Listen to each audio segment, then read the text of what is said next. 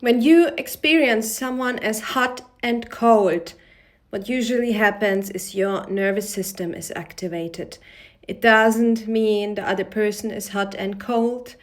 Often it's running a subconscious expectation from you that you expect the other person how to react, that you interpret as hot and cold, which is not based on reality, but the hot and cold feelings you're creating because your subconscious mind is addicted to the feelings.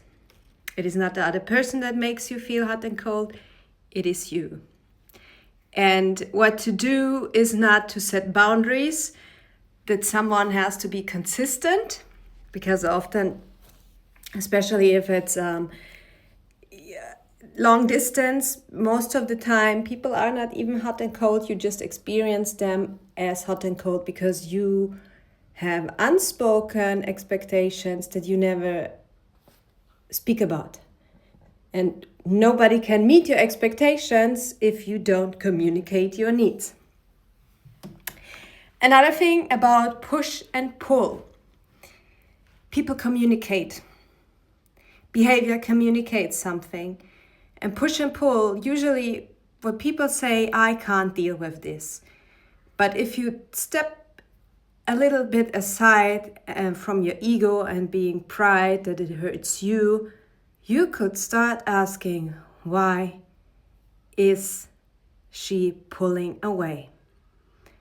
Because the moment you ask, why is she pulling away, you can see a pattern to what probably triggers the woman in your life, instead of asking, and this is what many people do, they run a whole story about what happened in the past. It is her pattern and I am not the problem. It cannot be me.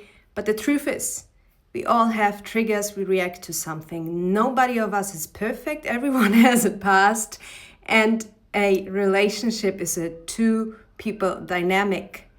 You cannot expect someone to behave in a certain way without paying attention to what makes them feel uncomfortable.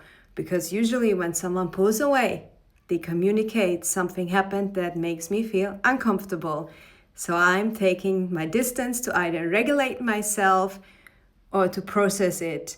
And if it's not communicated, the truth underneath this is often it is not a safe place to communicate what actually bothers me.